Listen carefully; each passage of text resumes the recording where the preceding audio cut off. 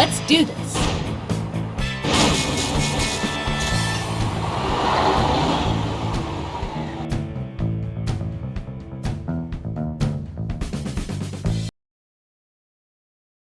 Hey everybody, how you doing? The other day on the American Truck Simulator Reddit forum, Mr. Holdfast Studios reports that he cannot get any of his sim dash to work. The maps work and the gauges work, but none of the buttons work at all. He can't keybind them and can't figure it out. He's using an Android tablet. He can use it on Farm Sim, but there is no key binding for ATS. All right, let's see if we can get this guy up and running, because I use a sim dashboard on 2 iPad mini 4s that I had laying around. I absolutely love it. All right, let's get into it. Okay, here we are in American Truck Simulator, keys and buttons in the settings. In American Truck Simulator, just about every key binding is used to activate something within the game. Here we see the letter Q is start stop engine electricity. The letter E is start stop engine. The space button is the parking brake. Okay, so before you've done any key binding in American Truck Simulator, this is filled with all of their default keybinds. Cruise control is C, and so on and so on and so on. Here is a screenshot of a button box that I made on Sim Dashboard.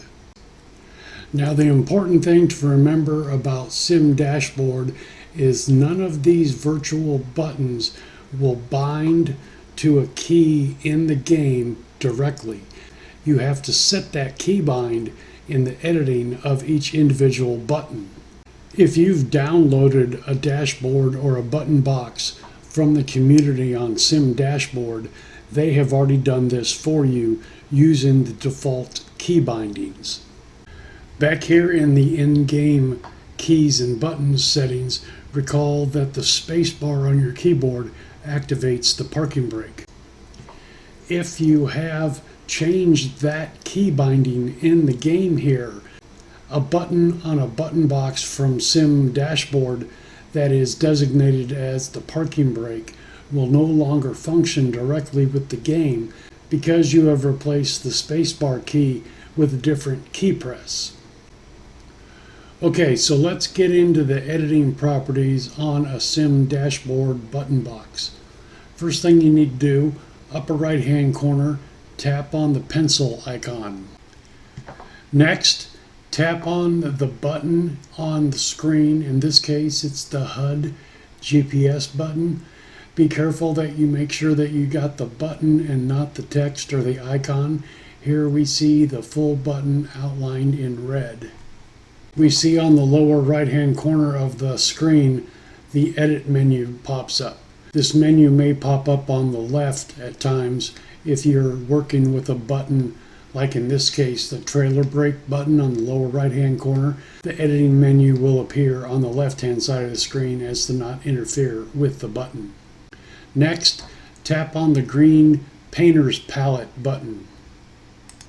Here we see the editing interface for this button, which is the HUD GPS button. A quick note, I named it HUD GPS. It would normally be just GPS. The fourth option down we see is key, and then off to the right, a drop-down menu, and we see that the F3 key, which is the default key for the GPS to be brought up in-game, has been selected. Every keyboard key button press is represented in this drop-down menu. So on a pre-made button box or dashboard, the creator of that dashboard has assigned each button the in-game default key binding here on the buttons in the Sim Dashboard dashboard. So you can see that both key bindings, both in-game and on the Sim Dashboard button, have to be the same. I recommend using the default key bindings, so any dashboard or button box that you download from the community on Sim Dashboard work right out of the box.